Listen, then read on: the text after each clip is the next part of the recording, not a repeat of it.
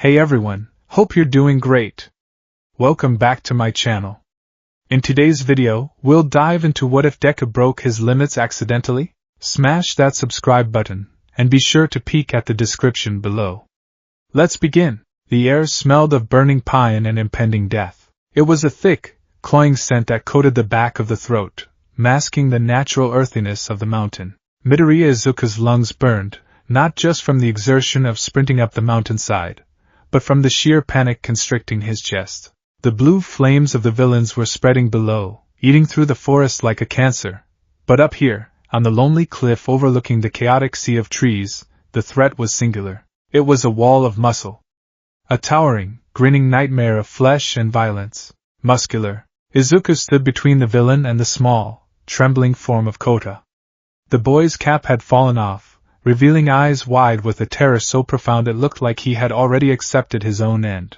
Not good, Izuku whispered, his voice trembling despite his best efforts to sound like the symbol of peace he aspired to be.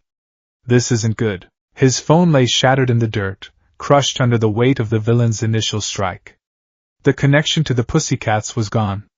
The connection to Aizawa was gone. There was no backup. There was no strategy meeting.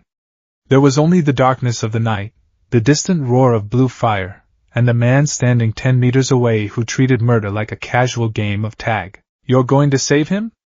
Muscular laughed. The sound was wet and heavy, vibrating in his chest. That's funny. That's really funny. All you heroes, you talk about justice and saving people, but you're just looking for a reason to fight, aren't you? Just like me. I'm nothing like you, Izuku said, his fists clenching. He could feel the familiar hum of one for all beneath his skin, a warm, reassuring river of power.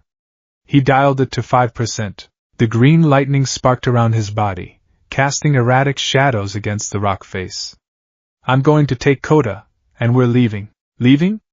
Muscular grinned wider, and the skin around his artificial eye crinkled. No.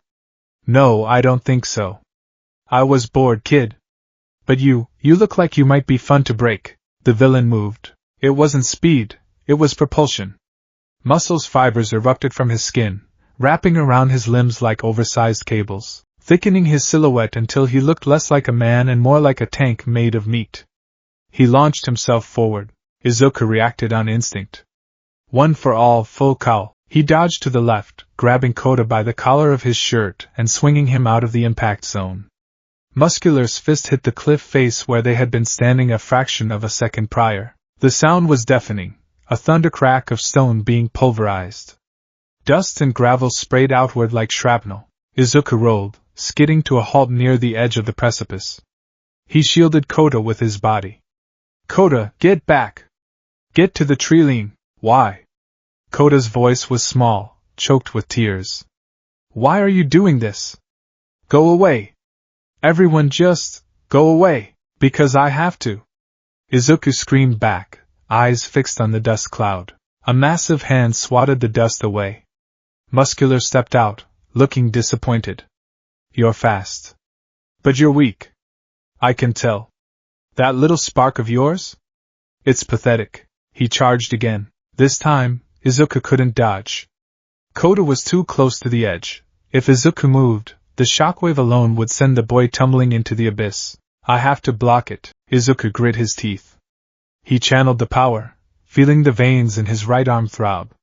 Smash! He met Muscular's fist with his own. 5% wasn't enough.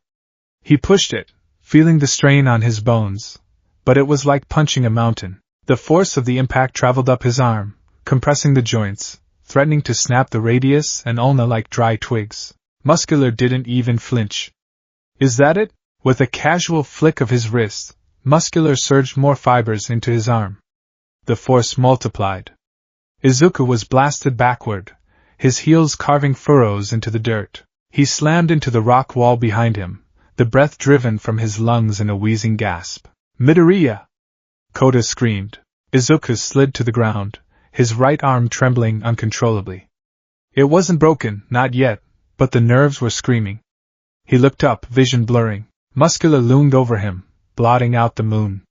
You know, the villain mused, looking down at his own massive, shifting arm. I wanted to torment you a bit more. But I'm getting hungry, and that kid, he's got a look in his eyes. The look of someone who knows nobody is coming. Stop. Izuku wheezed, forcing himself to stand. His legs felt like lead. You heroes are all talk, Muscular said, raising a fist the size of a boulder. Show me your blood. The fight that followed was a massacre. Izuku moved, he struck, he dodged, but every interaction chipped away at his stamina. He landed a solid hit on Muscular's face, a desperate 100% Detroit smash that shattered his own arm, but when the dust cleared, Muscular had simply piled more muscle fibers in front of the impact. He had tanked a blow that could change the weather, and he had laughed it off. Now Izuku was pinned. His back was pressed against the vertical rock face of the cliff. Muscular's hand was massive, wrapping around Izuku's entire torso, squeezing. The pressure was immense. Izuku could feel his ribs bending, groaning under the strain. He couldn't breathe. He couldn't think. I'm going to squeeze you until you pop, Muscular whispered, his face inches from Izuku's. The madness in his one good eye was absolute. And then? Then I'm going to squash the kid. Maybe I'll do it slowly. No. Izuku gurgled, blood trickling from the corner of his mouth. Yes. Scream for me. Scream! Izuku's vision began to tunnel. Dark spots danced in his periphery. The pain in his shattered right arm was blinding, a white-hot agony that drowned out almost everything else. Almost. Through the haze of pain, he saw Kota. The boy had picked up a rock. A small, useless stone. With tears streaming down his face, Kota threw it. It bounced harmlessly off Muscular's back. Leave him alone! Kota shrieked. Then, in a moment of desperate bravery, the boy activated his quirk. A jet of water, weak and trembling, struck Muscular in the back of the head. Muscular paused. He turned his head slowly, the fibers on his neck shifting with a wet squelch. Oh? You want to play too? The villain's grip on Izuku tightened. A rib cracked. Izuku gasped, his eyes rolling back. I'll kill you first, Muscular said to Izuku, boredom returning to his voice. Then the brat. He began to push. He wasn't just squeezing now, he was driving Izuku into the rock. The stone behind Izuku's back began to crack and crumble. The air was being forced out of him. The darkness in his vision expanded, consuming the world. I'm going to die. The thought was cold, clinical. I'm going to die here. I couldn't save him. All Might entrusted me with this power, and I failed. Mom. I'm sorry, *. The darkness was soothing. It offered an escape from the pain. Just let go. Just close your eyes. No, a spark. Deep within the void. No, he saw Kota's face. He saw the water dripping from the boy's hands. He saw the terror. If I die, he dies. The thought wasn't clinical anymore. It was a scream. It was a rejection of reality so violent it shook the foundations of his mind. I cannot fall here. I cannot let him die. Izuku reached into the well of One for All. Usually, he imagined the power as an egg in a microwave, something to be heated evenly, carefully, so it didn't explode. He was always careful. He was always calculating. Don't use too much. Don't break the vessel. Keep it at 5%. Keep it contained. But there was no time for microwaves. There was no time for eggs. Muscular applied more pressure. Another rib snapped. Izuku screamed, a sound that was strangled in his throat. He reached for the power, but he didn't reach for the handle. He reached for the source. He didn't want a cup of water. He needed the ocean. He needed everything. One for all 100%. It wasn't enough. He felt the wall of 100%. He had hit it before. It wasn't enough to move this monster. Push past it. The vestiges. He could feel them. Usually, they were distant shadows, silent observers. But now, in the space between life and death, they were right there. He felt a hand on his shoulder. Nana Shimura? He felt a burning gaze. The first user? They were warning him. Stop. The vessel isn't ready. I don't care. Izuku's soul roared back at them. Give me the power. I need to save him. The desperation was a physical force. It acted like a sledgehammer against the dam that held One for All in check. The biological limiter, the subconscious safety switch that prevented a human body from tearing itself apart by using 100% of its muscular potential, was already strained.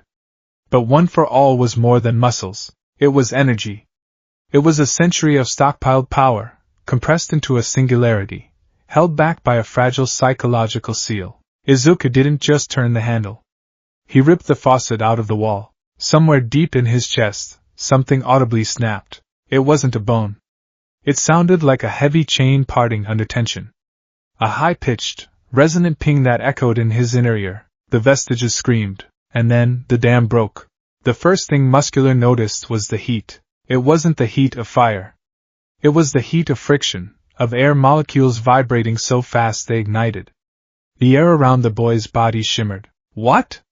Muscular grunted. He looked down at his hand. The boy was glowing. Not the usual lightning arcs. This was different. The green lightning had turned into a blinding, thick white torrent. It poured out of Izuku's skin like liquid light, eroding the rock behind him, vaporizing the dirt. The pressure of Muscular's grip wasn't loosening, but he suddenly felt resistance. Not the resistance of bone and flesh, but the resistance of a magnetic field repelling a magnet. Get off of him. The voice didn't sound like Midoriya Izuku. It sounded like a chorus. It was distorted, layered with a harmonic resonance that vibrated the fillings in Muscular's teeth. A shockwave erupted from Izuku's chest.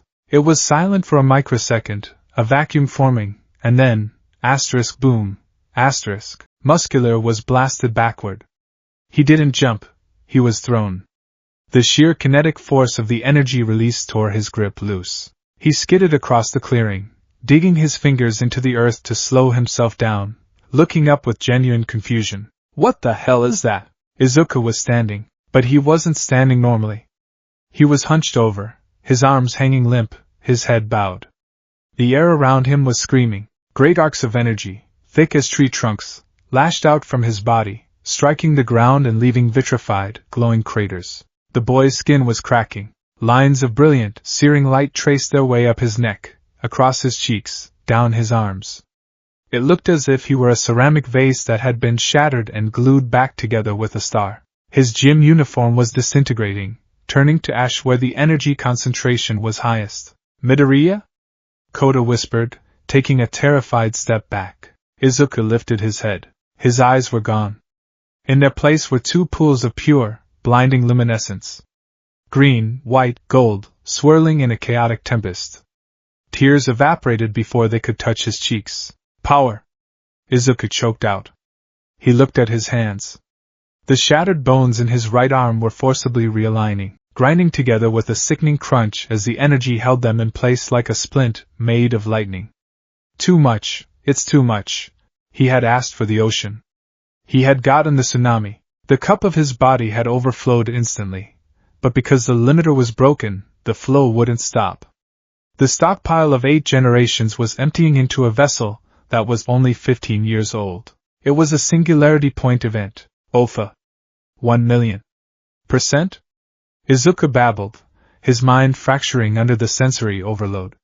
He was trying to rationalize it, trying to put a number on it. But deep down, he knew.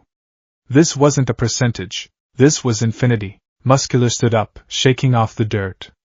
A manic grin returned to his face, though it was tinged with sweat now. Now that looks like a quirk. That's what I'm talking about. He activated his pump up to the max, muscles piled upon muscles, tearing his own skin, growing until he was a hulking monstrosity twice his previous size. He looked like a demon of flesh. Let's see whose power is stronger. Muscular roared, launching himself into the air. He aimed a punch directly at Izuku's glowing head. Izuku didn't dodge. He couldn't. His brain was firing so many signals that his motor control was lagging. He simply reacted to the threat. He raised his left hand. An open palm. Detroit. He didn't even swing. He just thrust his palm forward. The energy that had been spiraling around him coalesced. It didn't obey the laws of physics. It didn't wait for momentum. It simply existed, and then it expanded. Smash. The impact didn't make a sound at first. It was too loud for human ears to process. A tunnel of compressed air, pressurized to the point of being a solid object, erupted from Izuku's palm. It hit Muscular mid-air. There was no contest. There was no struggle. Muscular's armor of muscle fibers was stripped away instantly, flayed from his body by the wind pressure. The villain's eyes went white. He was launched backward, not just across the clearing, but into the mountain face. The rock wall exploded. The shockwave continued. It carved a trench through the cliffside, stripping trees of their bark, turning boulders into dust. The clouds in the sky above the mountain parted in a perfect circle, revealing the stars. A second later, the sound caught up. A boom that shook the entire mountain range, shattering windows in the training camp miles away. Muscular was embedded 30 feet deep into the granite, unconscious, his body limp and broken. Silence descended on the clearing. But it wasn't a peaceful silence. It was the silence of a held breath. Izuku stood amidst the destruction. The ground beneath his feet had turned to glass. The air smelled of ozone and cooked meat. "I did it," Izuku whispered. The voice was distorted, vibrating. "Kota, are you?" He tried to turn around. He tried to smile. He tried to power down, turn it off. He mentally reached for the switch. The switch he always used to go from 5% to 0%. It wasn't there. Panic, cold and sharp, pierced the haze of power. Turn it off. Cowling off. Nothing happened. The lightning crackled louder. The ground beneath his feet began to tremor. The energy was still pouring out, uncontrolled, unbidden. It was leaking from the cracks in his skin. "It won't stop," Izuku whimpered. He grabbed his left wrist with his right hand, digging his nails in. "Stop. Please stop." The pain was returning. It wasn't the pain of broken bones anymore. It was the pain of his cells being ripped apart by the sheer voltage running through them. He felt like he was burning alive from the inside out. "Midoriya?" Kota's voice was barely audible. Izuku jerked his head toward the boy. "Mistake." The mere motion sent a lash of black whip, a quirk he hadn't even unlocked yet, spilling out prematurely. The black energy was jagged, uncontrolled. It whipped through the air and sliced a boulder in half inches from Kota's face. Kota screamed and scrambled backward, falling onto his backside. Izuku froze. His eyes widened, the glowing light flaring. "Stay back!" Izuku screamed, stumbling away. Every step cracked the earth. "Don't come near me! Run away! But you're hurt!" Kota cried, though he didn't move. He looked at Izuku with a mixture of awe and absolute horror. This wasn't the boy who had saved him. This was a walking natural disaster. "I can't control it." Izuku clawed at his chest, tearing his shirt. The glowing scars were spreading. "It hurts. It hurts so much." The feedback loop was establishing. The panic fueled the heart rate. The heart rate pumped the blood. The blood carried the quirk. The quirk fed on the panic. The air pressure around Izuku began to drop. Dust motes started orbiting him. He was becoming a gravity well. Down in the forest, Aizawa's shoulder wrapped his capture weapon around a Dalby clone, dissolving it into mud. He panted, wiping soot from his eyes. The forest was on fire. The students were scattered. It was a nightmare scenario. Then, the sky lit up. Aizawa looked toward the cliffside.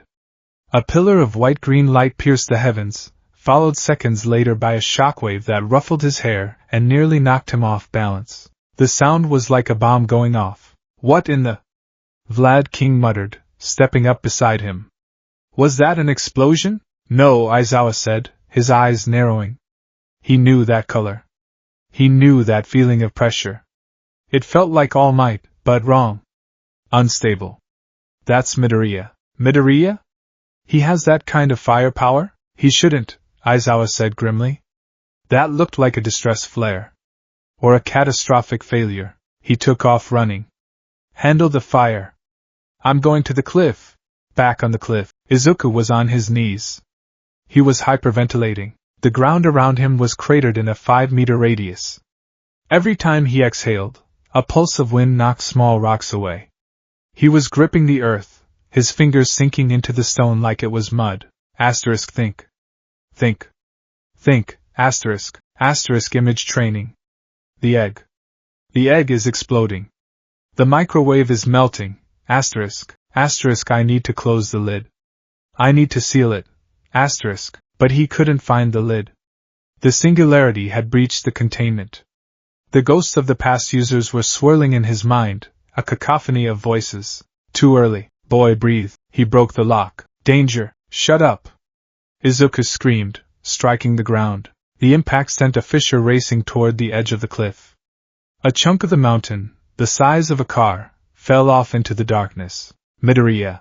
The voice was rough. Tired. Izuku's head snapped up. Through the blinding glare of his own power, he saw a dark figure emerging from the tree-line. Aizawa. Eraserhead. Sensei. Izuku choked out. Help me. Aizawa stopped 10 meters away. His goggles were around his neck. His eyes were wide, reflecting the eerie green light. He had seen quirk malfunctions before. He had seen children lose control, but he had never felt pressure like this. The air was heavy, tasting of copper. The hair on his arms stood up. Midoriya, Aizawa said, keeping his voice level, though his heart was hammering. What happened? Is the villain? He's down, Izuku gasped. But I broke it. I can't turn it off. It's going to kill me. It's going to kill everyone. Aizawa saw the boy's skin. The glowing cracks. He saw the tears evaporating instantly. He realized immediately that if this continued, Midoriya Izuku would burn out. Literally. Look at me, Aizawa commanded. His hair began to float. Izuku looked. Aizawa's eyes glowed red. Erasure. For a moment, the world stopped shaking. The blinding white light vanished. The roar of energy cut out, replaced by the ringing in their ears. The green lightning sputtered and died. Izuku collapsed forward. Oh, thank G. But he didn't hit the ground. As soon as Aizawa blinked, a reflex he couldn't stop, his eyes dry from the smoke, the power surged back. Boom. It wasn't as strong as before, but it was immediate. Green sparks exploded from Izuku's body, throwing him upward. He flailed, crashing back down into the dirt. Aizawa cursed. He forced his eyes open again, activating erasure. The power cut out. I can't blink, Aizawa realized with a dawn of horror.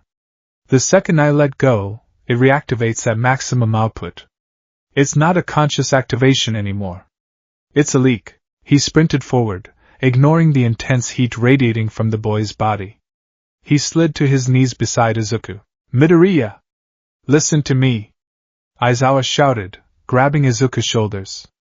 The boy's uniform was hot to the touch. You have to focus. I can't hold this forever. It's not me. Izuku whispered, his eyes unfocused. He was trembling violently. The cup shattered. Koda, Aizawa barked, looking at the terrified child. Get over here. We need to move him. Now. I can't. Koda stammered. Move! Aizawa roared. Suddenly, the radio on Aizawa's belt crackled. Mandalay's voice came through, frantic. Eraser. We're under attack. Villains everywhere. Bakugo is the target. I repeat, Bakugo is the target. Izuku's eyes snapped open. Kaken? The name was a trigger. The anxiety spiked. The heart rate jumped. No, Midoriya, don't, Aizawa started. But Aizawa's eyes were burning. He flinched, just for a millisecond. The power erupted. This time, Aizawa was in the blast zone. A wave of green forced through Aizawa backward. He rolled, recovering quickly, but the damage was done. Izuku was standing again, lifting off the ground, suspended by an erratic, unstable float. Kaken is in danger, Izuku said. The voice was hollow. The vestiges were louder now. The danger sense, the fourth user's quirk, was screaming in his head, reacting to the villains in the forest. Danger. Danger. Save. Save. Midoriya, stop. Aizawa shouted, activating his quirk again. It dimmed the light, but it didn't stop it. The power was fighting erasure. It was too dense. It was like trying to stop a tidal wave with a bucket. Izuku turned toward the forest. Toward the fires. I have to save him. He took a step. The air cracked. He vanished. He didn't run. He launched himself. He was a streak of lightning cutting through the dark, tearing through the tree canopy, heading straight for the heart of the battle. Aizawa stood alone on the cliff with Koda and the unconscious Muscular. He watched the trail of destruction carving a path through the forest. "Problem child," Aizawa whispered, dread pooling in his stomach. "What have you done?" The forest. Shuji and Tokoyami were fighting for their lives. Dark Shadow was out of control, a raging monster in the darkness. "Stay back!" Tokoyami screamed, holding his head. Then, the trees above them exploded. A green comet slammed into the earth between them and the villain Moonfish. The impact knocked everyone off their feet. Dark Shadow shrieked and recoiled, cowed by the sudden arrival of a superior predator. Smoke cleared. Izuku stood there. He was glowing so brightly it hurt to look at him. His eyes were scanning wildly. "Where is he?" Izuku asked. His voice was distorted, vibrating the air. "Where is Kaken?" Moonfish, sensing prey, extended his blades. Flesh, shiny flesh. Izuku didn't even look at him. He simply waved a hand in a dismissing motion. A shockwave of air pressure slammed Moonfish into a tree with enough force to snap the trunk. The villain went limp instantly. Shuji stared, his multiple eyes wide. "Midoriya? Where?" Izuku demanded, turning to them. The intense light of one for all illuminated the terror on his classmates' faces. He realized, with a jolt of heartbreak, that they were afraid of him. "He's toward the facility," Shuji stammered, pointing. "With Todoroki." Izuku didn't say thank you. He couldn't. He was using every ounce of his willpower to keep his legs from exploding. He turned and leaped again. The ground shattered where he had stood. As he soared through the air, the pain was becoming distant, replaced by a cold, terrifying numbness. He could feel his body falling apart. He could feel the ligaments tearing. But the power was singing. It was a siren song of absolute omnipotence. "I can save everyone," the power whispered. "I can destroy everything." High above the trees, a portal of purple mist opened. Dalby stepped out onto a branch, looking down at the streak of green light tearing through the woods. "What is that?" Dalby asked, his usual apathy replaced by confusion. "Nomu?" "No," a voice from the radio said. It was Shigaraki. "That's the brat. The one Sensei wants dead." "Or wait, he's fast," Dalby noted. "Faster than the kinetic readings predicted." "Grab the target," Shigaraki ordered. "And get out. Something feels wrong. The sensors are going haywire." Izuku landed in the clearing where Todoroki and Bakugo were fighting Moonfish, who had recovered. No, this was a different villain, a clone of Dalby and the magician Mr. Compress. "Midoriya?" Todoroki shouted, shielding his eyes from the glare. Bakugo looked up. He froze. He had known Deku his whole life. He had seen him weak. He had seen him strong. He had seen him desperate. He had never seen him like this. Deku looked like a star undergoing gravitational collapse. He was bleeding from his nose and ears, the blood sizzling and evaporating against his glowing skin. His movement was jerky, glitching, as if reality was having trouble rendering him. "Kaken," Izuku said. He took a step forward. The ground groaned. "Deku?" Bakugo's voice was barely a whisper. "What the hell is wrong with you?" Mr. Compress, holding the marbles containing Tokoyami, who had been captured in the chaos, tipped his hat. My. Such an entrance. A student? You shine like a beacon. "Give them back," Izuku said. "I don't think so," Mr. Compress laughed. "Now, Dalby." Blue fire erupted. A wall of flames separated Izuku from the villains. In the past, Izuku would have analyzed. He would have planned. Now, he just screamed. He swung his arm. The wind pressure didn't just blow the fire out, it deleted it. The flames were snuffed out of existence, replaced by a vacuum. Mr. Compress stumbled back, losing his balance. "What?" Izuku was in front of him in a nanosecond. He grabbed Mr. Compress by the collar. "Give them back." The contact burned Mr. Compress. The villain screamed as the heat seared his skin through his coat. "Let go! You're burning me!" "Deku, stop!" Bakugo shouted.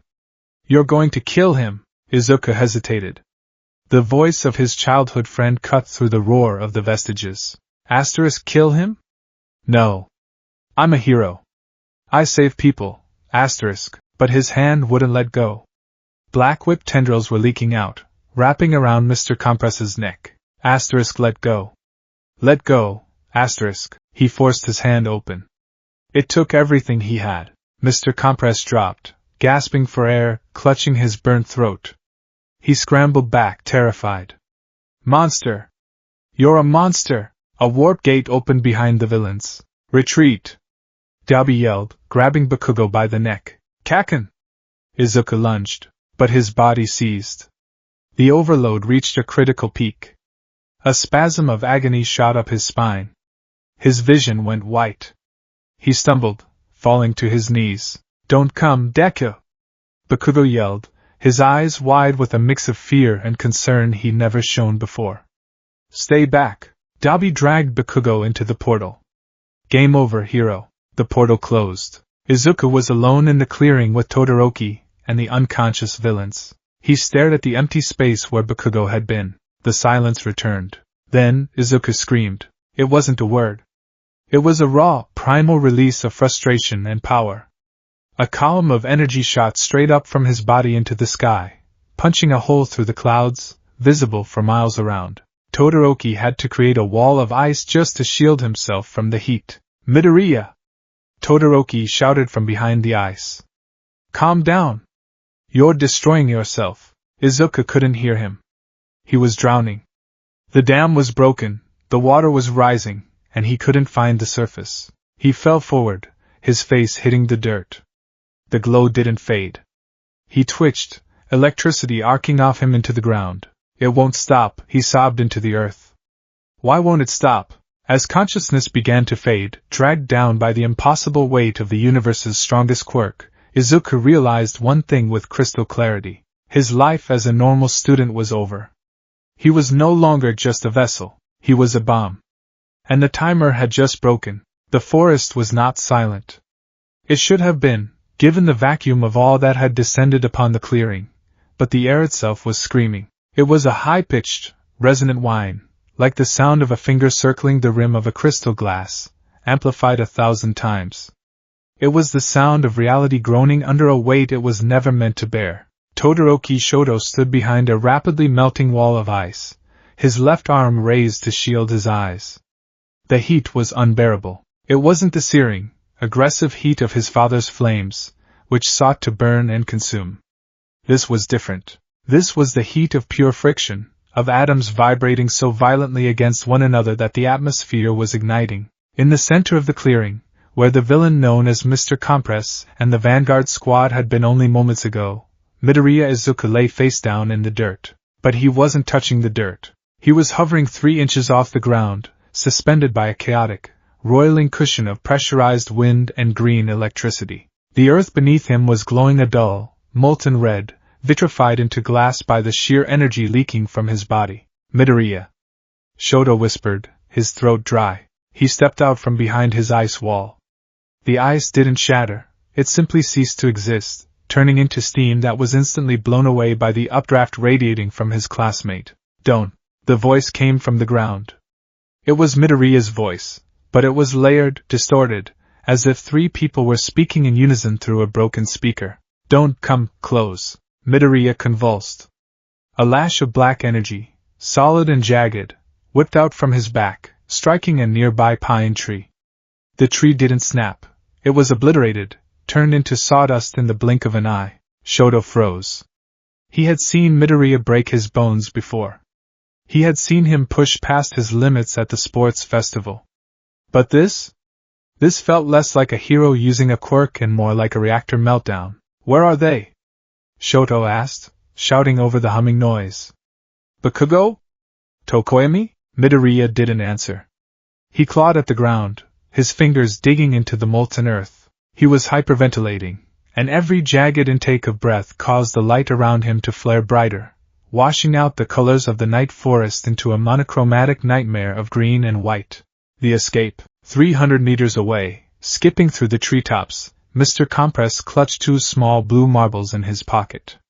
He was sweating profusely, his mask melted slightly at the edges. Faster, he hissed into his comms. Dabi, we need to leave. Now, calm down, Dalby's voice came back, though it lacked its usual languid arrogance. I'm at the rendezvous point. Did you get the targets? I have them, Compress said, glancing back over his shoulder. Through the dense canopy of the forest, he could see it. A pillar of light, piercing the sky. It illuminated the clouds from below, casting eerie, shifting shadows that stretched for miles. It looked like a beacon signaling the end of the world. That kid. Compress shuddered, landing on a thick branch and stumbling. That wasn't a student. That was a biological weapon. If he hadn't collapsed. He's unstable, Dabby said as Compress burst into the clearing where the warp gate was waiting. Look at the light. It's flickering. He's burning out. Twice was there, pacing anxiously. Whoa! Is that the sun? No, it's a ghost. That's terrifying. I love it. Shut up, Twice, Dabby snapped. He looked toward the source of the light. Even from this distance, he could feel the pressure. It was a physical weight on his chest, a static charge that made the staples in his skin itch. Whatever that is, it's distracting the pros. The Pussycats, Eraserhead, Vlad King. They're all converging on the light, which means our exit is clear, Compress said, tapping his pocket. We have the explosive boy. And the bird. Good, Dalby said. He stepped toward the swirling purple mist of Kurogiri's gate. Let's go before the bomb goes off. He took one last look at the forest. The blue flames he had set earlier were being pushed back, suffocated by the sheer wind pressure emanating from that singular point of green light. Midoriya Izuku, Dalby muttered, testing the name. You're a monster. The clearing. Aizawa Shota's lungs burned. He had sprinted from the cliffside, pushing his body faster than he had in years. The trail of destruction Midoriya had left behind was easy to follow, a straight line of pulverized vegetation and shattered rock, cutting through the forest like a scars. He burst into the clearing just as Shoto took a step toward the floating boy. Todoroki, get back! Aizawa roared. Shoto flinched, stopping in his tracks. Sensei! I see it. Aizawa didn't hesitate. He widened his eyes, fighting the dryness and the stinging smoke, and activated erasure. The effect was immediate, but terrifyingly partial. Usually, when Aizawa erased a quirk, it was like flipping a switch. The light went out. The power cut. This time, it was like trying to stop a bursting dam with a sheet of plywood. The blinding, stadium floodlight intensity of Midoriya's aura dimmed. The deafening hum dropped to a low, menacing growl. The anti-gravity field that was suspending Midoriya wavered, and the boy dropped 3 inches, hitting the ground with a heavy thud. But the light didn't go out. Veins of glowing energy still pulsed beneath Midoriya's skin, rhythmic and angry. Sparks of green electricity still danced off his hair. It's not working, Aizawa whispered, horror dawning on him. I'm erasing the emitter factor, but the stockpile, it's physically leaking. He ran to Midoriya's side. The heat radiating off the boy was intense, like standing next to an open oven. Aizawa wrapped his capture scarf around his hands to insulate them and grabbed Midoriya's shoulder. Midoriya! Can you hear me? Midoriya screamed. It was a sound of pure agony. His back arched, his spine bending at an unnatural angle. His eyes were wide open, but the irises were gone, replaced by swirling vortices of white energy. Make it stop! Midoriya shrieked. It's too full. It's tearing me apart. I'm trying. Aizawa gritted his teeth, keeping his eyes locked on the boy. Todoroki.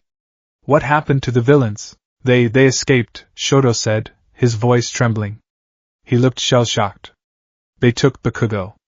And Tokoyami. Aizawa's heart skipped a beat. 2 students. He had lost 2 students. Focus on that later, Aizawa barked, though the failure tasted like ash in his mouth. We need to stabilize him. If he keeps outputting energy at this rate, his heart is going to explode. What do I do? Shoto asked, his hands hovering uselessly. Cool him down, Aizawa ordered. Don't freeze him solid, just lower his body temperature. He's cooking himself from the inside. Shoto nodded, dropping to his knees on Midoriya's other side. He placed his right hand near Midoriya's back, summoning a gentle wave of frost. Steam hissed violently as the ice met the superheated air around Midoriya's skin. It hurts. Midoriya whimpered, his voice dropping to a sob. Tears evaporated instantly on his cheeks. I can hear them, they're yelling at me. Who is yelling? Aizawa asked, scanning the boy's body for injuries. It was a map of devastation.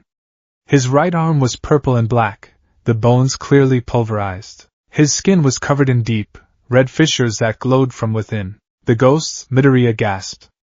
They say, the vessel is shattered. Aizawa didn't know what that meant, and he didn't have time to parse it. He blinked. Boom. For the fraction of a second his eyes were closed, the power surged. A shockwave blasted outward, knocking Shoto onto his back and sending Aizawa skidding 3 meters away. Midoriya's body lifted off the ground again, the green lightning lashing out indiscriminately. A rock the size of a watermelon was struck by a stray arc and exploded into dust. Aizawa forced his eyes open immediately. The power dampened again, dropping Midoriya back to the earth. Damn it, Aizawa cursed, wiping blood from his cheek where a pebble had grazed him. I can't blink. The second I let up, he goes critical. Sensei. Shoji ran into the clearing, carrying an injured Midoriya. No, wait. That was Shoji. He was alone. Where are the others? Aizawa demanded, not taking his eyes off Izuku. Uraraka and Ajiri are safe. They're with the pussycats, Shoji reported, breathless. He stared at the glowing form of Midoriya.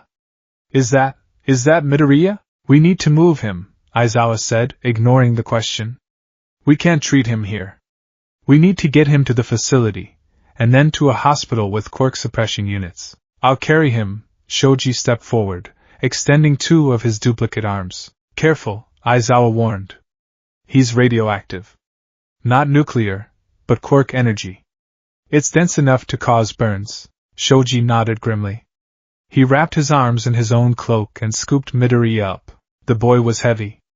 Not physically, he was a small, scrawny teenager, but the air pressure around him added mass. It was like lifting a statue made of lead. Let's go, Aizawa commanded. Todoroki, keep cooling the air around him. Shoji, don't drop him. I'll lead the way. They began the trek back to the camp facility. It was a funeral procession of light.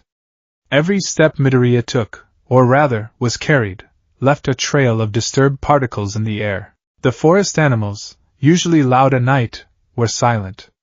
They had fled miles away, sensing the apex predator in their midst. The camp facility. Lad King was trying to maintain order. The fires were mostly under control thanks to the pussycats, but the head count was a disaster. Bakugo and Tokoemi are missing, Mandalay said, her voice tight. She was holding her head, telepathically scanning the area. I can't reach them. Their signals are gone. Gone? Uraraka Ochako clutched her hands to her chest. Her face was streaked with soot. What do you mean gone? Taken, Vlad King said heavily. The villains retreated. We have to go after them. Kirishima Ijiro shouted, stepping forward. His hardening was active, jagged edges on his arms showing his agitation. If we leave now, silence! Vlad King barked. We have multiple severe injuries. Yaoyorozu has a head trauma. Midoriya is. He trailed off as the trees at the edge of the clearing parted. The group emerged. Aizawa walked backward, his eyes glowing red, fixed unblinkingly on the bundle in Shoji's arms. Shoto walked alongside, creating a constant mist of frost. But it was the bundle that drew everyone's eyes. Even with erasure active, Midoriya was glowing. The light pulsed through Shoji's cloak like a heartbeat. A low, thrumming vibration rattled the windows of the facility building. Deku? Uraraka whispered. Shoji gently laid Midoriya down on the concrete patio of the lodge. The concrete hissed and darkened upon contact. Get back! Aizawa ordered as the students crowded around. Give him space. What is wrong with him? Ashido Mina asked, covering her mouth. Why is he shiny? He's in a state of quirk overload, Aizawa said, his voice strained. His eyes were burning, dry and gritty. He fished a bottle of eye drops from his pocket, preparing for the split-second exchange. I'm going to blink. Everyone brace yourselves. Brace? Kirishima asked. For what? Just do it. Aizawa blinked. KKOM. The air pressure dropped instantly, then exploded outward. The concrete patio cracked under Midoriya's body. A pillar of green lightning shot 20 feet into the air. The students were knocked off their feet. Uraraka tumbled into Tsuyu. Kirishima had to harden his skin to withstand the wind shear. Aizawa's eyes snapped open. The red glow returned. The pillar collapsed, leaving Midoriya gasping, arching his back. It hurts. Midoriya screamed, his voice cracking. Get it out! Get it out of me! The students stared in horror. This wasn't the Deku they knew. This was a raw nerve exposed to the world. He's leaking power, Aizawa explained rapidly, ignoring the bloodshot lines in his eyes. His body can't contain his quirk anymore. We need to get him to a hospital. Now, I can make a stretcher, Yaoyorozu Momo said weakly, stumbling out of the lodge. She looked pale, suffering from quirk overuse and a head injury. With insulation. Do it, Aizawa said. Tungsten reinforced if you can. He's crushing everything he touches. As Yaoyorozu began to create the device, Uraraka crawled closer, fighting the wind pressure that still swirled around Deku even with erasure active. Deku-kun, she called out. Izuku's head lolled to the side. His eyes, those terrifying wells of light, locked onto her. For a second, the light dimmed. Recognition flickered. Uraraka? We're here, she said, tears streaming down her face. You're going to be okay. Run, Izuku whispered. The word carried a physical force, ruffling her bangs.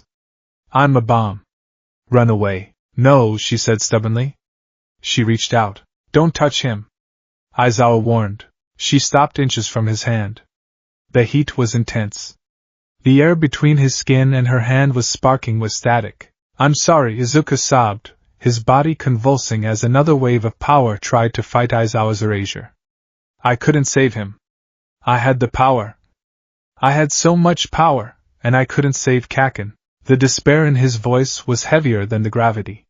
It broke the hearts of everyone standing there.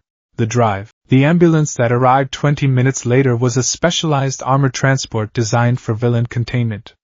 It was the only thing robust enough to hold him. The paramedics were terrified.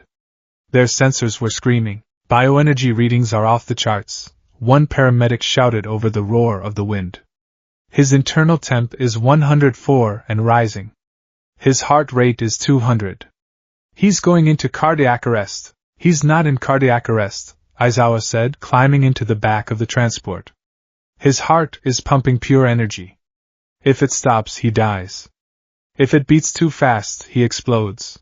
Who is riding with him? The driver yelled. I am, Aizawa said. I can't look away from him. We need one more, the paramedic said. Someone to help with the coolant lines. I'll go, All Might's voice boomed. Everyone froze. The gaunt, skeletal form of Yagi Tashinori stepped out of a police cruiser that had just skidded to a halt. He had arrived with Scotchy. He wasn't in his muscle form. He couldn't maintain it for long, but his presence filled the clearing. All Might? Aizawa looked at him. You shouldn't be here. You're a target. My student is dying, Yagi said, his blue eyes burning with a fierce, terrifying intensity. He looked at the glowing form of Izuku being loaded into the truck. And it's my fault. He climbed into the ambulance. The doors slammed shut. Inside the cramped metal box, the hum was deafening. Aizawa sat on one side, eyes fixed on Izuku. Yagi sat on the other, his large hands trembling as he adjusted the coolant IVs running into Izuku's arms. Young Midoriya, Yagi whispered. Izuku was drifting in and out of consciousness. The sedative they had given him, enough to knock out an elephant, was barely touching him. His metabolism was burning through it in seconds. All Might? Izuku mumbled. I'm here, my boy. I'm here. I broke the cup, Izuku said, his eyes rolling back, leaking trails of white mist. You told me, the egg in the microwave. I didn't put it in the microwave. I put it in the sun. It's okay, Yagi said, tears slipping down his hollow cheeks. Rest now. You saved Koda. You did good. Kaken, we will find him, Yagi promised. But you need to sleep. Please, Izuku. Sleep. The truck hit a bump. Izuku groaned. A spark of one for all jumped from his chest and arced into the metal wall of the ambulance. Zop! The lights in the ambulance blew out. The monitoring equipment fried instantly. Eraser! Yagi shouted in the dark. I'm still looking at him. Aizawa yelled back. My eyes are open. The darkness doesn't matter, I just need line of sight. Illuminated only by the ghostly green glow of his own destroying body, Izuku writhed. It's too much, the boy whispered to the empty air. Nana.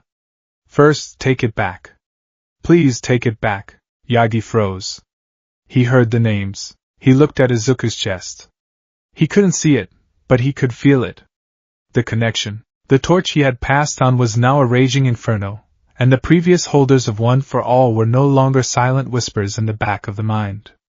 They were screaming. Hold on, kid, Aizawa grunted, blood trickling from his eye. Just hold on.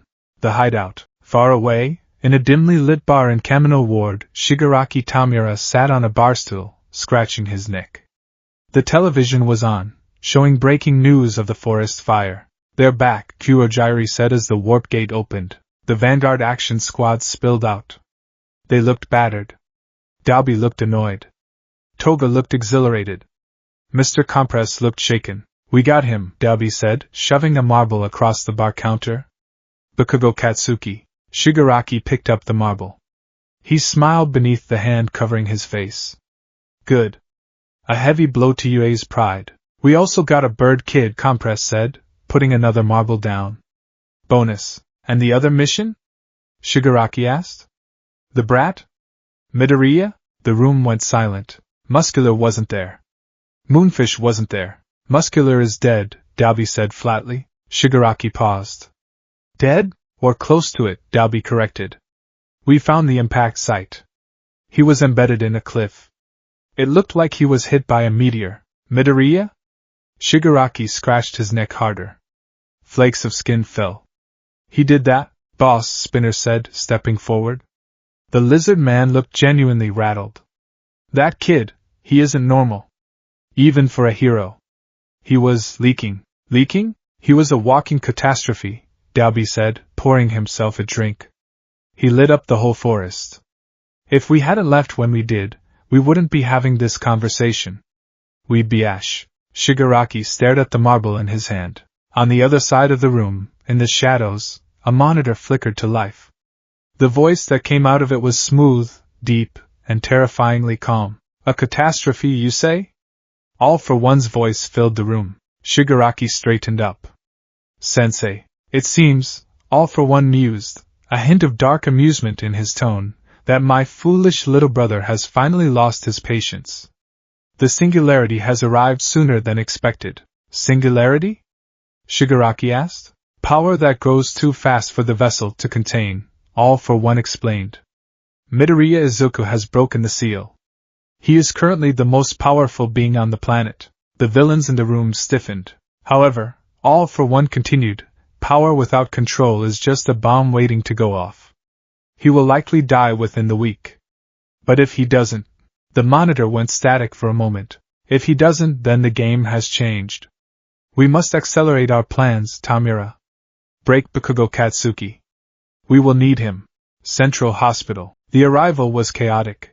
The ambulance screeched into the emergency bay of Central Hospital, flanked by 3 police cruisers. The back doors flew open. Clear the hallway. Aizawa shouted, jumping out. His eyes were bloodshot red, weeping fluid, but he refused to blink. I need a Class A containment unit. Lead-lined. Quirk suppression cuffs. Doctors swarmed the vehicle. When they pulled the stretcher out, the wheels melted into the asphalt. My God, a doctor gasped, shielding his eyes from the glare. What is his quirk output? Everything, Yagi said, stepping out, looking frail and terrified. He's outputting everything. They rushed Izuku through the double doors. The lights in the hallway flickered and burst as he passed. The metal instruments on the nurse's trays rattled and flew toward him, magnetized by the energy field. Get him to the vault. The head doctor ordered. They reached the heavy, reinforced doors of the quirk isolation unit. They shoved the stretcher inside. Eraserhead, you can release him now, the doctor yelled. The room is lined with quirk-dampening alloy. Aizawa stood at the window. He took a deep breath. I'm releasing him, Aizawa warned. 3, 2, 1. He blinked. He closed his eyes and kept them closed, falling against the wall, exhausted. Inside the room, the dampeners kicked in, but they weren't enough. As soon as erasure lifted, Izuku's back arched off the bed. A scream torn from the very bottom of his soul echoed through the reinforced glass. Crack! The reinforced window spiderwebbed. Green light flooded the room, so bright it was visible from the street outside. The machines beeped once, a solid, high-pitched tone, and then exploded. Inside the room, floating in the center of a storm of his own making, Izuku Midoriya was alone. He was trapped in a white void. Stop, he begged the power. We can't, the voices replied. Asterisk, the door is gone. Asterisk. Izuku curled into a ball in midair, surrounded by the debris of the hospital room. He closed his eyes, but the light was coming from inside his own head. He was a vessel no longer. He was the fire itself, and he had no idea how to stop burning. The silence of the intensive care unit was a lie. To the naked ear, the hallway of the Central Hospital's specialized quirk pathology wing was quiet, save for the rhythmic beeping of heavy-duty machinery and the squeak of nurses' shoes on linoleum. But to anyone with a sensory quirk, or anyone standing close enough to room 404, the vault, the air was screaming. It was a low-frequency vibration, a thrumming that rattled teeth and made the fluorescent lights overhead flicker in a nauseating stroboscopic rhythm. Dr. Shizenji Chio, the youthful hero, recovery girl, stood behind the 3-inch thick reinforced glass of the observation deck. Her hands, usually steady, were trembling as she gripped her cane. Beside her stood a team of the country's leading quirk physiologists, neurosurgeons, and energy specialists. They were looking at the monitors.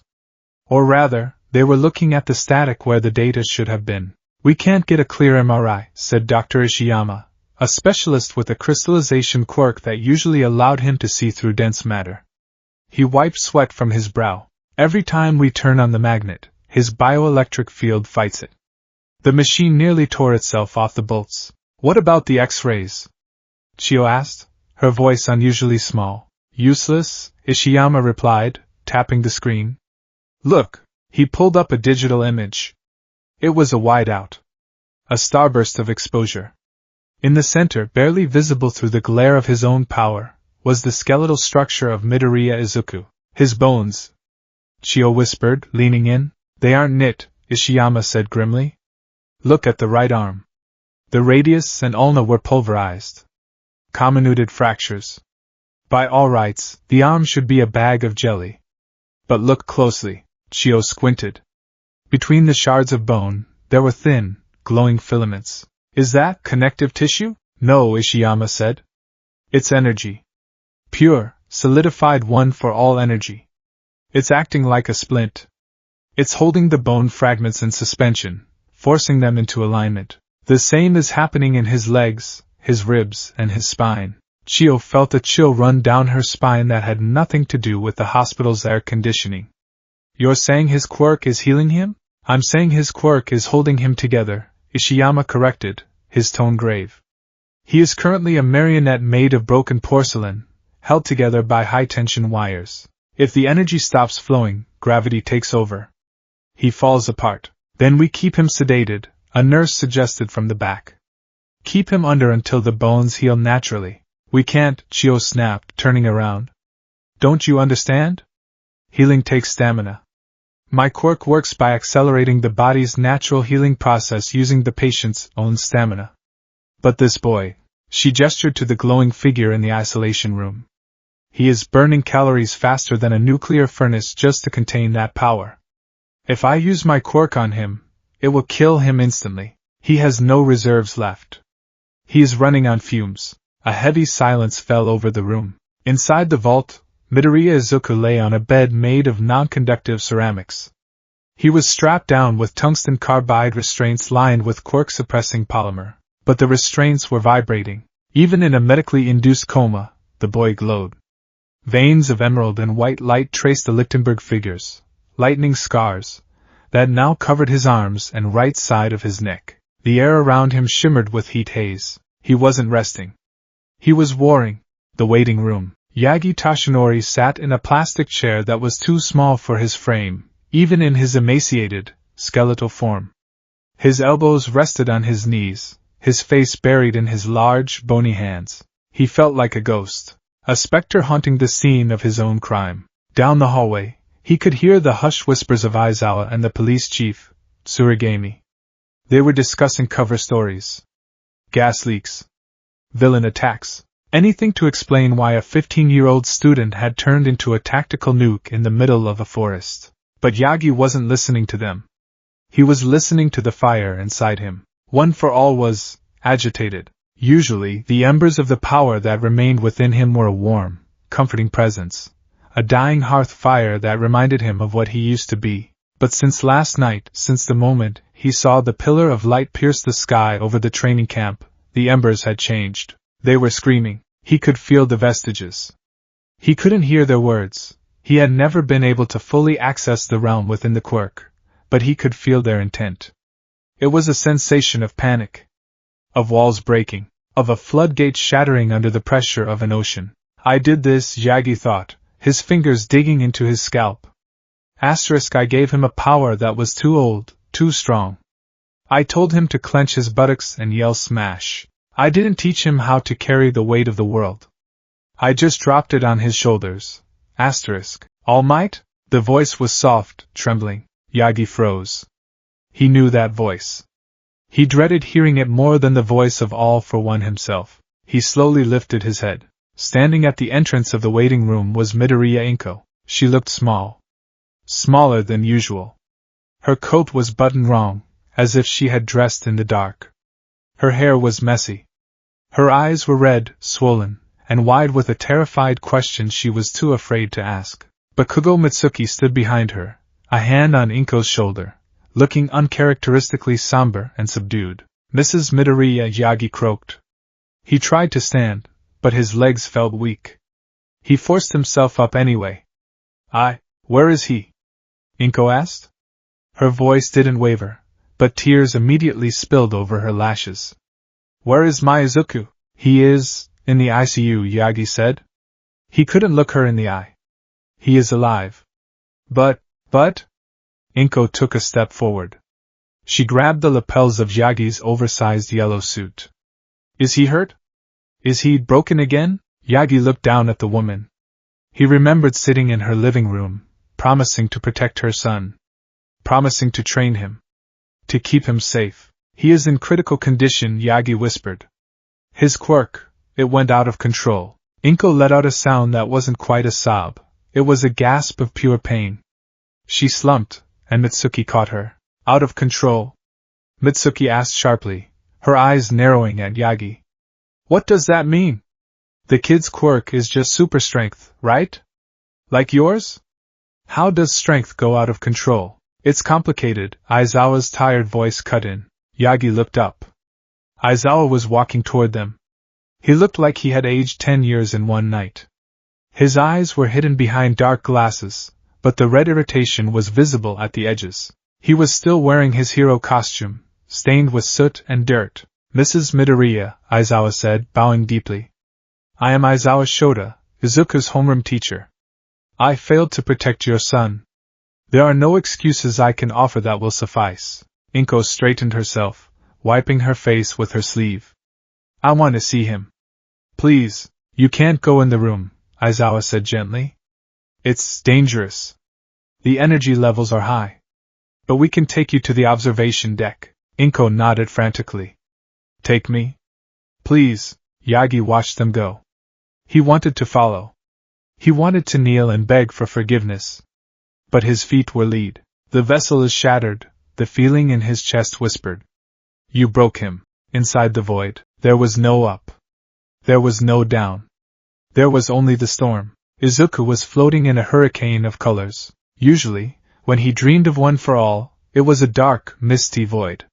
He would see the glowing lights of the previous users, distant and unreachable. Sometimes he would see the two dark figures standing on the precipice, but the mist was gone. The darkness had been burned away by a blinding, searing white light. The air, if it was air, roared like a jet engine. Izuku tried to scream, but he had no mouth.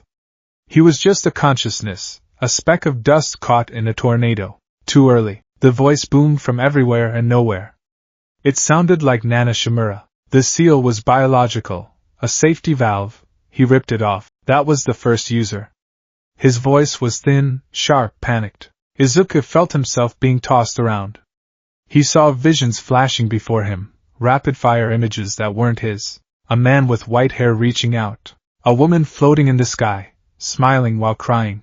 A dark figure in a suit, looming over a city. Black whips of energy tearing through a building. Pink smoke. Danger! Danger! Danger! Stop! Izuku's mind screamed.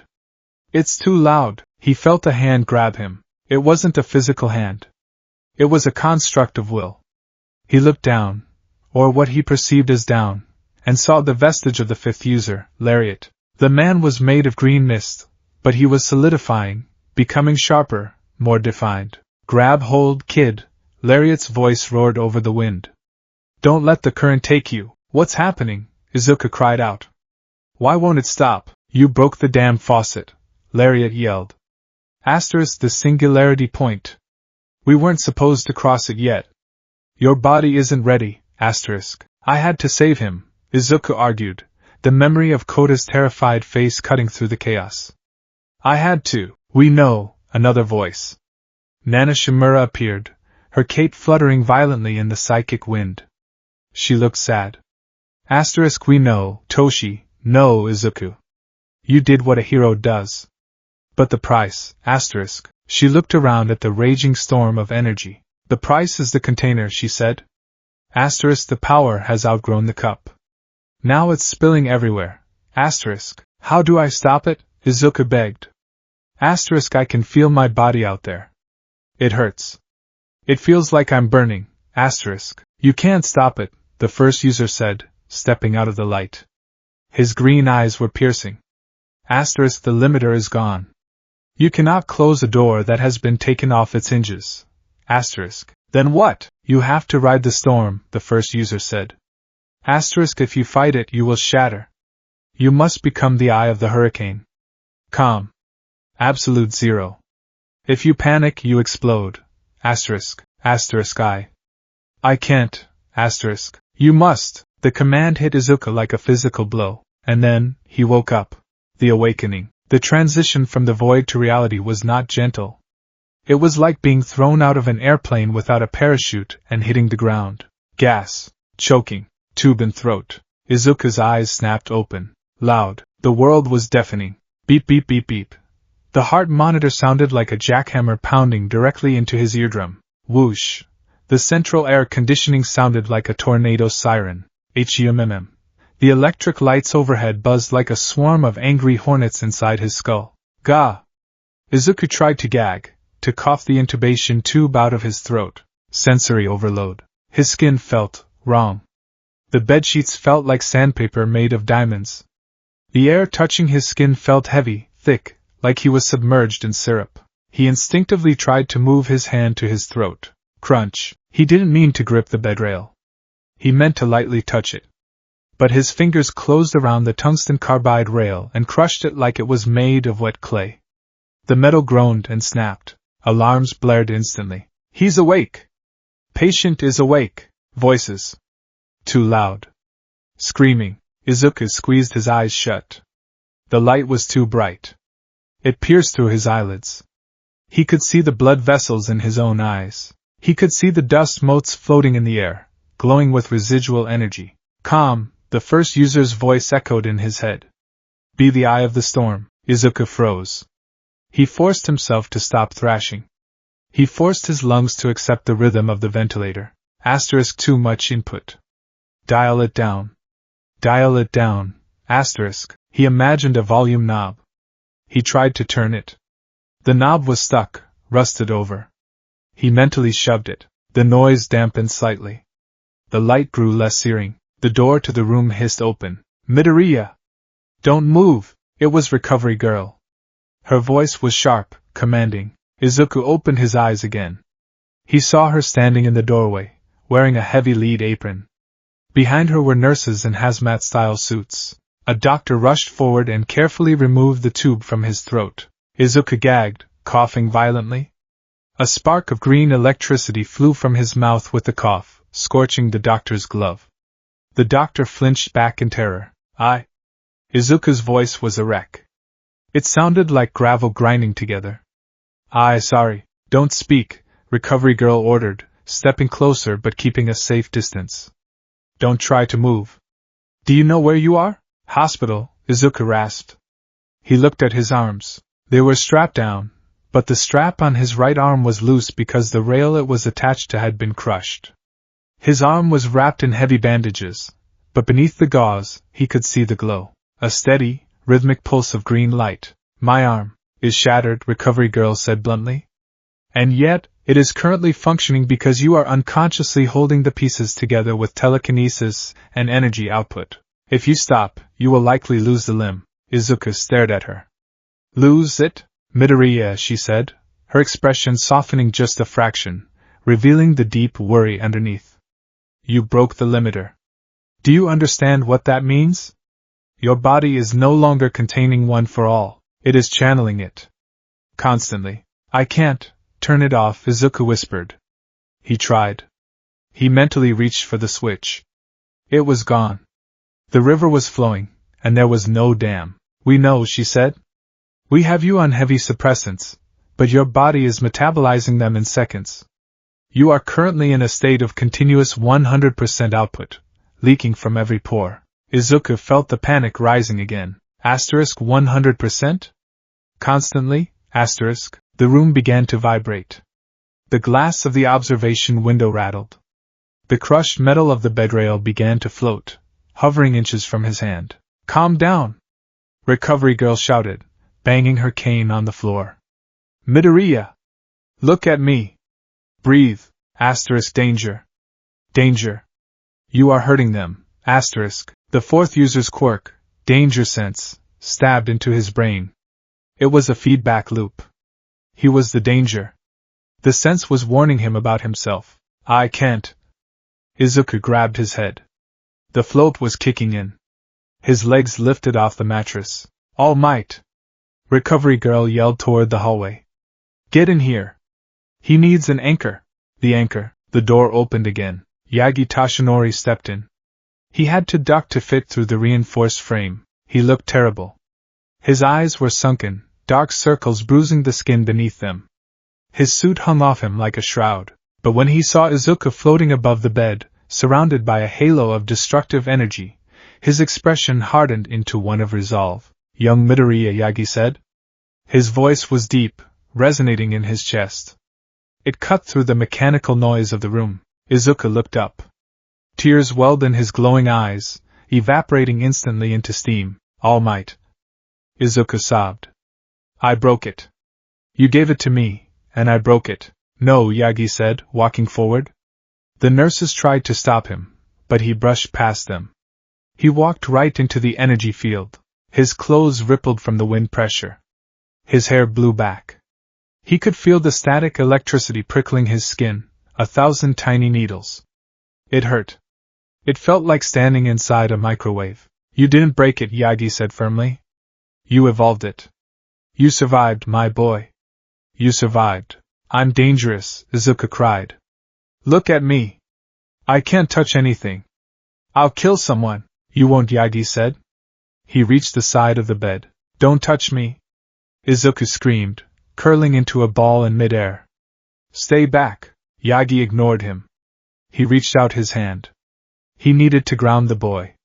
He needed to show him that he wasn't a monster. He needed to make the connection real again. I am here, Yagi whispered. He placed his hand on Izuku's shoulder. Snap. It happened in a microsecond. It wasn't Izuku's choice. It wasn't conscious. It was a defense mechanism. The singularity recognized an external force entering its territory. The quirk acted to protect the host. Black tendrils exploded from Izuku's upper back. Black whip, but not the controlled, rope-like capture weapon Izuku would one day master. This was a wild, feral lash of dark energy. It whipped out faster than the eye could follow. Crack! It struck Yagi's hand. Yagi recoiled, gasping, clutching his wrist. A red welt appeared instantly across the back of his hand, swelling rapidly. The force of the blow knocked the frail man backward. He stumbled, catching himself on a medical cart. The room went dead silent. Izuku froze in midair. He stared at the black tendrils writhing from his back like spider legs, fading into smoke. He looked at All Might. He looked at the injury on his mentor's hand. He had just attacked All Might. No, Izuku whispered. The horror was absolute. It was colder than any ice. No, no, no. I'm fine, Yagi said quickly, hiding his hand behind his back. I'm fine, young Midoriya. It was just a scratch. I hurt you, Izuku said. His voice was devoid of emotion now. It was the flat, hollow tone of someone who has just realized they are standing on a landmine. I attacked you. It was an accident. Recovery Girl shouted. It's a quirk manifestation. The fifth user's quirk. Get out, Izuku said. Midoriya, listen. Get out. The scream was accompanied by a shockwave. The glass of the observation window shattered. Shards rained down into the hallway. The monitors on the wall exploded in showers of sparks. The lights blew out, plunging the room into darkness, illuminated only by the terrifying, unstable green glow of Izuku's body. Everyone out! Recovery Girl ordered, shielding her face. He's going critical again. Evacuate the room, Yagi hesitated. He looked at the boy, his successor, his son in every way that mattered, curled up in the air, glowing like a dying star, terrified of his own existence. I'm sorry, Izuku, Yagi whispered. He allowed the nurses to pull him from the room. Solitude. The heavy steel door slammed shut. The magnetic locks engaged with a thud. Izuku was alone. He floated in the center of the dark, wrecked room. He looked at his hands. The hands that were supposed to save people. The hands that were supposed to be the next symbol of peace. They were glowing with a power he couldn't control. A power that had just lashed out at the person he admired most in the world. I can't go back, Izuku realized. The thought was heavy, final. I can't go back to UA. I can't go back to class. I can't go home to mom. He hugged his knees to his chest. The black whip energy fizzled and popped around him, sensing his distress, eager to lash out again. I am not a hero anymore, he thought as the tears finally fell, sizzling against his superheated skin. I am a natural disaster. Outside the room, through the broken window, Inko Midoriya watched her son. She pressed her hand against the safety glass of the outer corridor. She didn't care about the radiation. She didn't care about the danger. She just saw her baby boy, floating in the dark, shining with a light that was slowly killing him. And for the first time in her life, she hated All Might. She turned to the skeletal man standing beside her, clutching his injured hand. Fix him, Inko said. Her voice was low, trembling with a mother's fury. You did this to him. You fix him. Or I will never forgive you. Yagi Tashinori looked at the woman. He looked at the boy. I will, Yagi vowed, though he had no idea how. I swear it.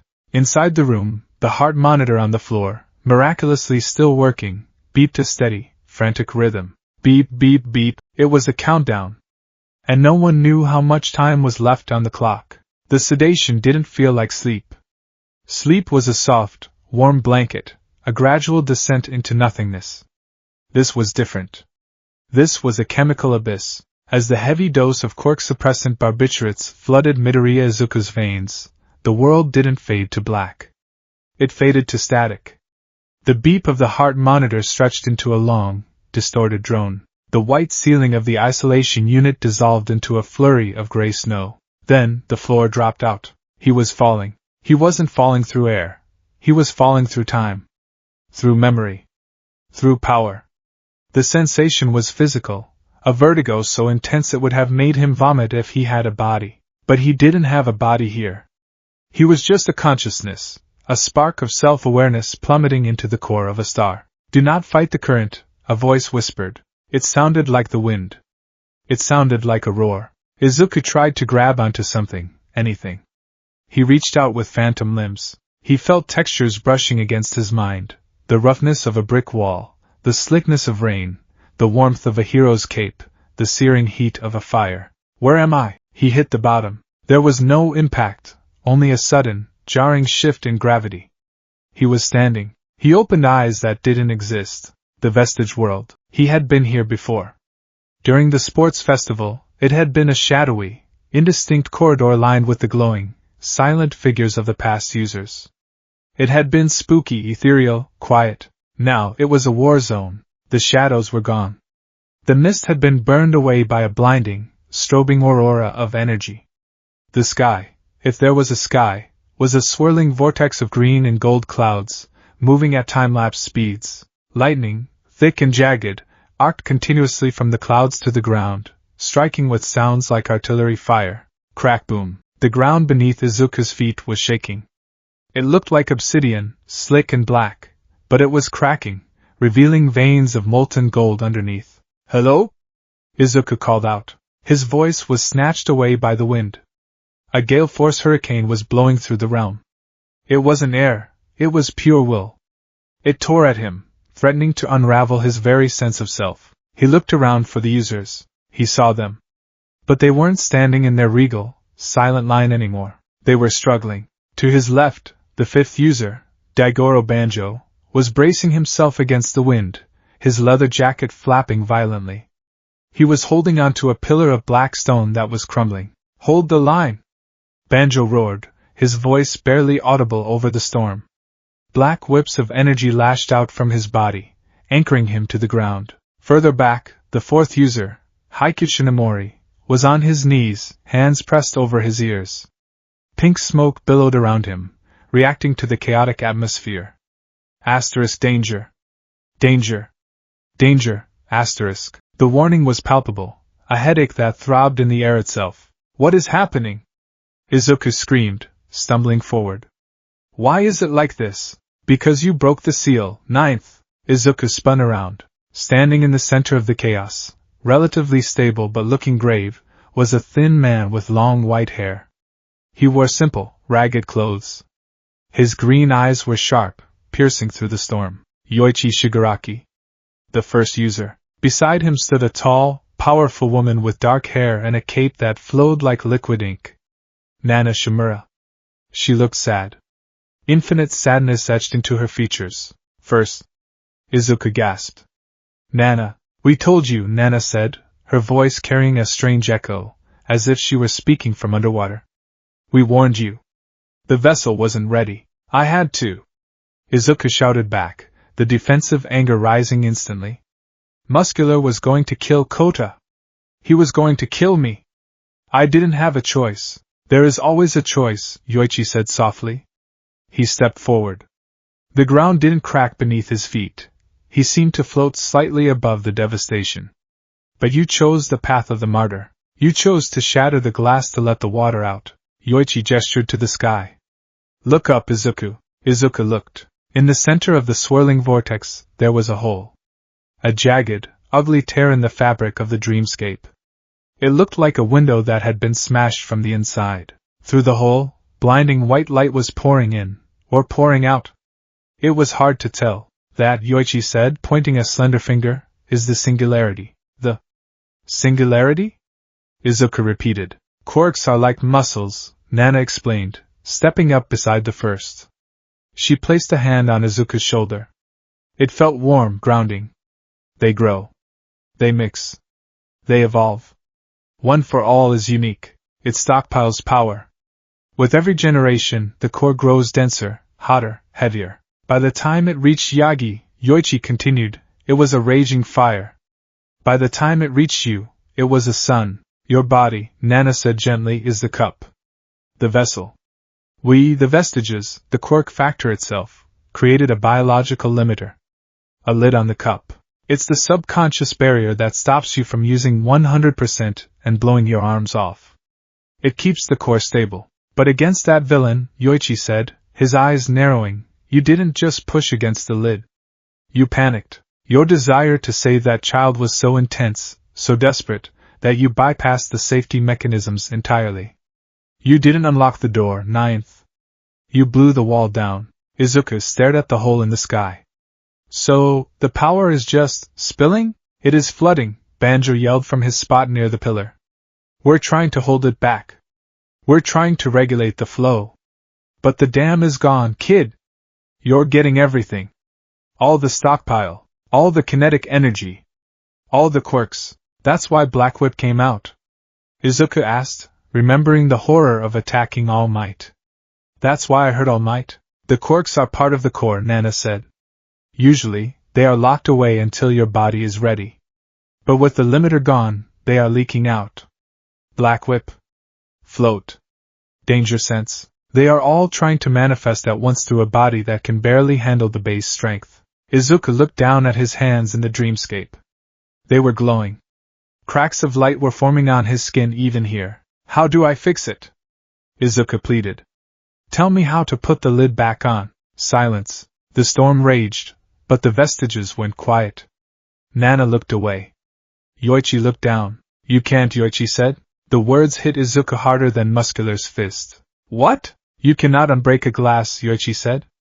The limiter was a biological and psychological barrier.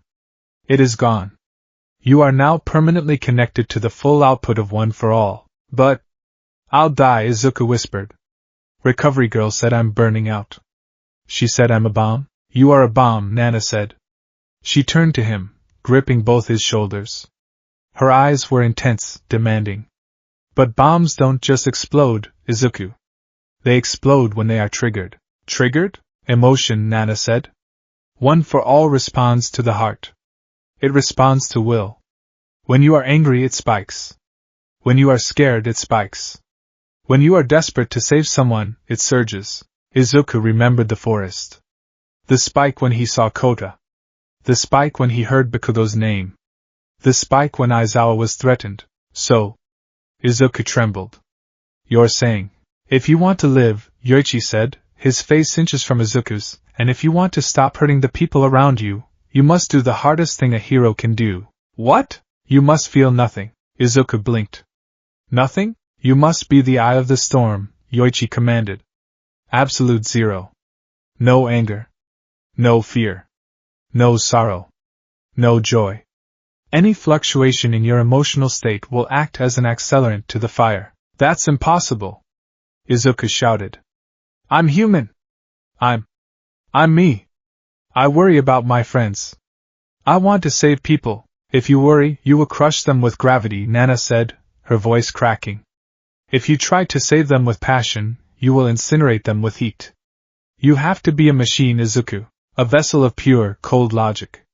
Until your body adapts, which could take years, you cannot afford to feel. The storm grew louder.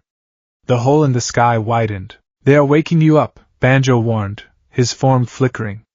The sedatives are wearing off. Wait. Izuku reached out. Years? I have to be like this for years? Survive, ninth. Yoichi's voice boomed as he began to fade. Control the heart, control the power. Be the ghost in the machine. Wait. Don't leave me alone. The ground shattered. Izuku fell. The storm swallowed him whole. The waking world of him. The sound was the first thing to return. The low-frequency vibration of the dampeners. Izuku opened his eyes. He was back in the vault. The lights were dim now, likely to reduce sensory input. The air smelled of sterile cleaners and ozone. He was strapped down. He could feel the heavy tungsten cuffs on his wrists and ankles. He could feel the cold ceramic of the bed. But mostly, he could feel the fire. It was under his skin. It was in his marrow. It felt like he had swallowed a star. Every heartbeat pushed liquid lightning through his veins. Be calm, he told himself immediately. Asterisk, feel nothing. Absolute zero. Asterisk. He focused on the ceiling tile. It was white. Just white. It wasn't interesting. It wasn't sad. It was just white. The hum in the room leveled out. The vibration in the bed frame ceased. It works, he thought. If I don't think, it stays stable. The heavy steel door hissed. The locks disengaged with a series of loud clanks. Izuku didn't flinch. Flinching was fear. Fear was energy. Aizawa stepped in. He looked worse than he had in the dream. His bandages had been changed, but he walked with a limp. He wore casual clothes, not his hero's suit. He looked exhausted. Midoriya, Aizawa said softly. Sensei, Izuku replied. His voice was flat. Monotone. Aizawa paused. He seemed to notice the tone immediately. He walked to the side of the bed, keeping a respectful distance. He checked the monitors. Your vitals are stabilizing, Aizawa noted. The energy output has dropped to manageable levels. The radiation alarms aren't screaming. I am controlling it, Izuku said. Good. Aizawa pulled up a chair and sat down. You've been out for 2 days. 2 days, Izuku repeated. A fact. Not a tragedy. Just time. The doctors say your bones are fused, Aizawa said. Not healed exactly. Fused. The energy melted the fractures together. It's unprecedented. You'll have mobility. But your right arm will never be the same. Izuku looked at his right arm. It was heavily bandaged, but he could feel the stiffness. The structure was different. Gnarly. Okay, Izuku said. Aizawa narrowed his eyes. You're taking this well. Panic is inefficient, Izuku said. Panic causes spikes. Aizawa studied him for a long moment. He was a perceptive man. He saw the tension in Izuku's jaw. He saw the way Izuku's eyes were locked on a neutral point on the wall, refusing to make contact. You have visitors, Aizawa said. Izuku's heart skipped a beat. Thump thump. The monitor beeped faster. The lights flickered. A pen on Aizawa's clipboard rattled. Stop, Izuku commanded his heart.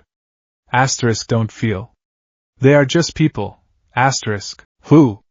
Izuku asked, forcing the monotone back. Your classmates. They've been camping out in the lobby.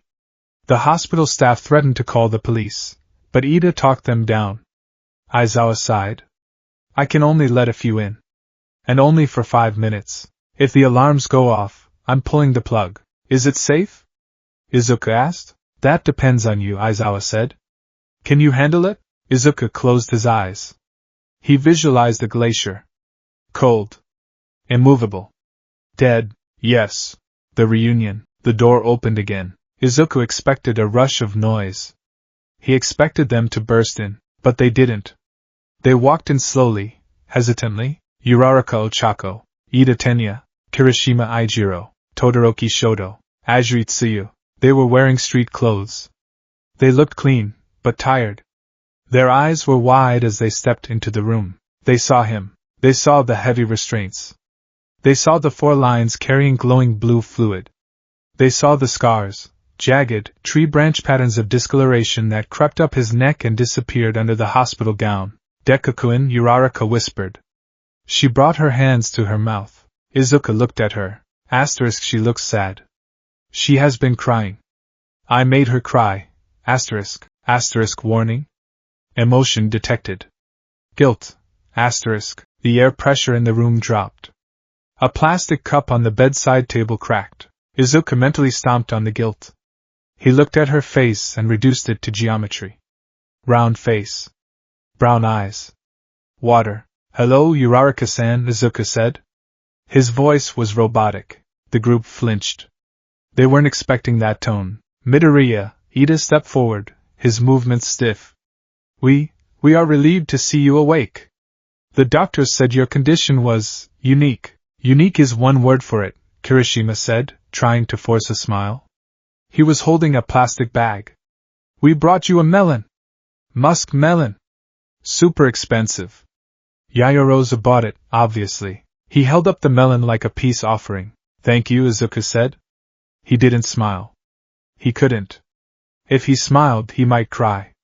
If he cried, the hospital might fall down. Kirishima placed the melon on the table, next to the cracked cup. So, Tsuyu said, placing a finger on her chin.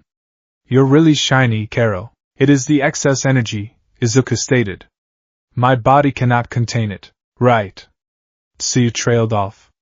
The awkwardness was suffocating. Midoriya, Todoroki said. He was standing at the back, leaning against the wall. His mismatched eyes were scanning Izuku with clinical intensity. Does it hurt? Izuku met his gaze. Yes. The single word hung in the air. Heavy. Absolute. Oh, Deku. Uraraka stepped closer.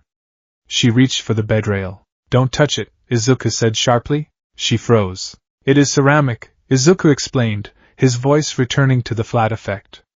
But if I lose focus, I might discharge electricity. It is for your safety. Uraraka pulled her hand back as if burned. She looked hurt. We wanted to tell you, Kirishima started, his voice getting louder, more animated. He clenched his fists. About the villains. Aizawa, standing in the corner, tensed up. Kirishima. Watch it. No, he needs to know. Kirishima argued, turning to Aizawa, then back to Izuku. Midoriya, the police, they aren't doing enough. They say they're investigating, but they don't have leads on Bakugo. Bakugo. The name hit the room like a grenade. Izuku felt it instantly. The spike. Kaken. Taken. By the portal. His face. The fear. Anger. Rage. Save him. Beep beep beep beep beep. The heart monitor screamed. The melon on the table exploded. It didn't just crack open. It burst.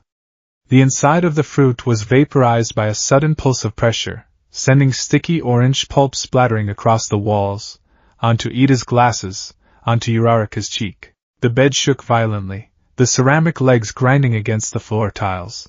Whoa! Kirishima jumped back, hardening his arms instinctively. Green lightning arced from Izuku's chest, striking the ceiling lights. The room plunged into a strobe light darkness. Midoriya! Aizawa shouted, his hair flying up. He activated erasure. The shaking stopped. Izuku was panting. His eyes were wide, glowing so brightly they illuminated the terrified faces of his friends. I told you, Izuku gasped, fighting for air. I told you not to talk about him. We just want to save him. Kirishima yelled, ignoring the danger. We know you wanted to. We can go. We can find him. Yaoyorozu put a tracker on the Noma. We know where they are. A tracker? Izuku asked. The logic part of his brain latched onto that. Yes. Kirishima stepped forward, pleading. Come with us, Midoriya. You're the strongest one here. With your power, we can bust him out. Stop, Izuku whispered. We can save him. Stop. Izuku slammed his head back against the pillow. If I go, I will kill everyone. He saw the vision. Himself, fighting the villains. Losing control. Leveling a city block. Killing Bakugo in the crossfire. Killing Kirishima. I am not a hero. I am a bomb. He had to make them leave. He had to make them stop hoping. He looked at the melon pulp dripping down the wall. He looked at the fear in Uraraka's eyes. He located the switch in his mind. The one the first user had showed him. The void switch. He grabbed it with both mental hands and yanked it down. He suffocated the hope. He strangled the worry. He drowned the friendship. His breathing slowed instantly. The glow on his skin dimmed to a low, steady hum. The lightning receded. He turned his head slowly to look at Kirishima. His face was a mask of porcelain. Empty. Cold. Terrifying. I am not going, Izuku said. Kirishima blinked. What? I am not going, Izuku repeated. I cannot leave this room. I am under quarantine. But, it's Bakugo. Kirishima shouted. Since when do you care about rules when Bakugo is in trouble? Since I became a liability, Izuku said. If I go with you, the probability of mission failure increases by 100%. I will alert the villains. I will destroy the stealth element. I might kill the hostage, Midoriya. Ida cleaned his glasses, his hands shaking. You don't mean that. You're just injured. I am stating facts, Izuku said. He looked at Aizawa. Sensei. Please remove them. My heart rate is elevating. It is dangerous. Aizawa looked at his student. He saw the deadness in the eyes. He understood exactly what Izuku was doing. It broke his heart, but he nodded. Time's up, Aizawa said gruffly. Everyone out. Wait. Uraraka cried. Deku-kun, we can figure this out. We can. Goodbye, Uraraka-san, Izuku said.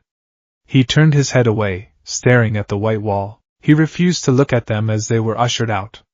He refused to acknowledge Kirishima's frustrated shout or Tsuyu's quiet sob. The door slammed shut. The lock engaged. Izuku was alone again. He stared at the wall. He felt a tear trying to form in his right eye. No, he told himself. Tears are salt water. Salt water conducts electricity. Inefficient. He willed the tear to evaporate. It did. I am a ghost, he whispered to the empty room. I am just a ghost in the machine. Outside the door, the class stood in stunned silence. That wasn't him, Uraraka said, wiping the melon pulp from her face. Her voice trembled. That wasn't Deku. It was, Todoroki said quietly. He was looking at the reinforced door with a dark expression. That was someone trying to protect us from himself. He gave up, Kirishima said, punching the wall. He just gave up. No, Aizawa said from behind them. They turned to look at their teacher. He didn't give up, Aizawa said. He's holding back an ocean. And if you kids have any sense, you'll leave him alone before he drowns. Aizawa walked away down the hall, but Kirishima didn't move. He stared at the floor. If he can't go, Kirishima muttered. Then we have to go without him. We have to save Bakugo. For his sake too, Todoroki nodded. I'm in. Me too, Ida said, sighing. They began to plan. Inside the room, Izuka listened to the hum of the air conditioner. He focused on the sound. Hum. It was a boring sound. It was a safe sound. He closed his eyes and drifted into the gray, static void, waiting for the world to end.